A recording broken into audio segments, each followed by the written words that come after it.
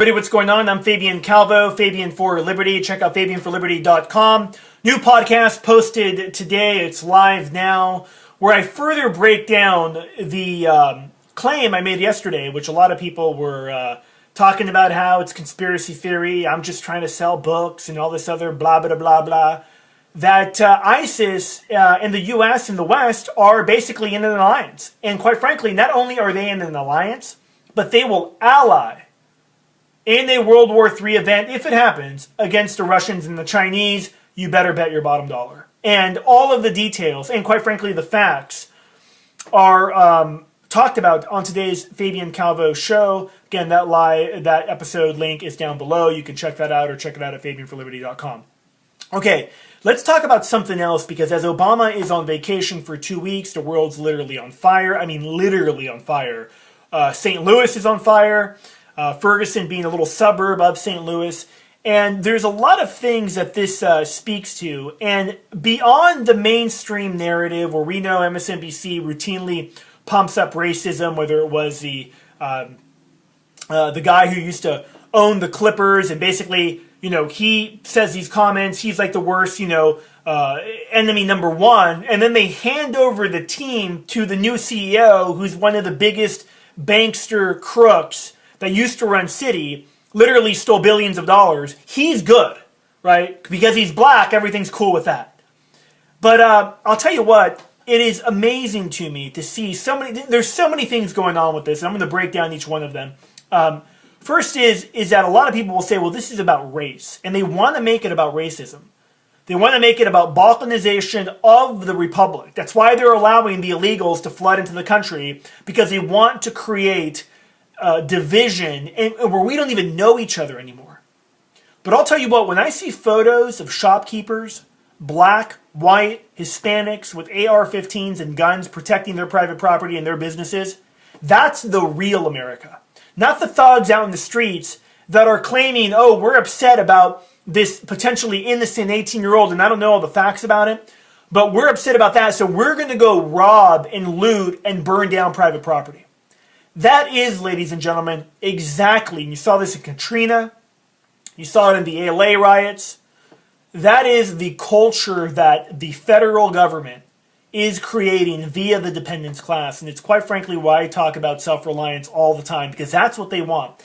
They want people so hooked on being dependent, on suffering in that misery, that your only way of coming up is winning the lottery, suing somebody because you were hit in a car accident, and when you drive through poor neighborhoods, you'll see the, hurt, back injury, call 999-99999 or whatever. Or it's basically looting and stealing. And this isn't, again, just blacks, because you look at Katrina, there was whites, all kinds of people doing this. And this is this is done on purpose. Now, that issue is totally happening in Ferguson, where you have the looters, you have the people standing up for something with guns, using the Second Amendment. You see the Second Amendment being used, to defend private property, to defend yourself from thugs and from gangsters. Now, I talked about yesterday this on the podcast as well, which is the police.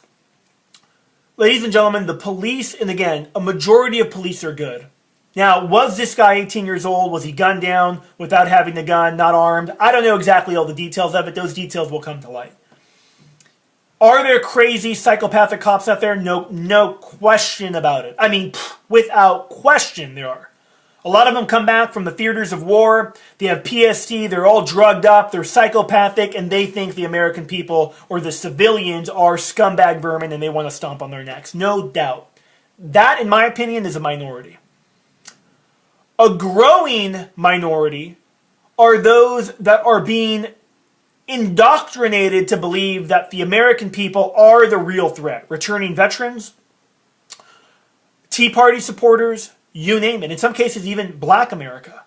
I mean, look at the drug wars and the so-called war on drugs and what it's done to the black community, specifically targeting young black males, where now the overwhelming population in prison today, the largest prison population in the world, are young black males. Some of them in prison for as little as freaking getting caught with some pot. I mean, literally serving years for smoking a joint.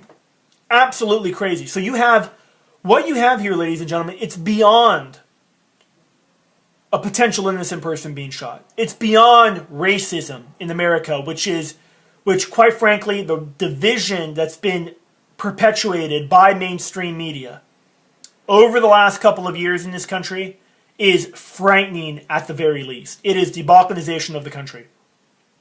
So you have police militarization going on.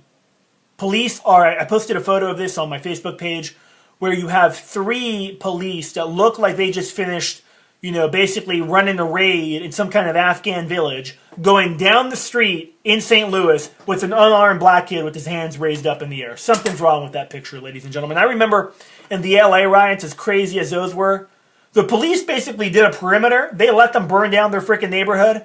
They took photographs of everybody, arrested the people afterwards, and, that was that. There were SWAT teams called in, but there wasn't this militarization like we saw in Boston, where they knew the demographic of the bomber, yet they had white people and black people evacuating their homes, evacuating their cars under frickin' the point of a gun.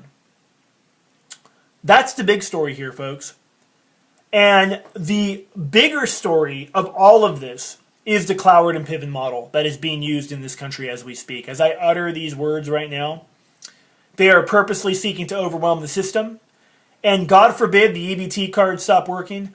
God forbid there's an Ebola virus that spreads and pandemonium hits the streets.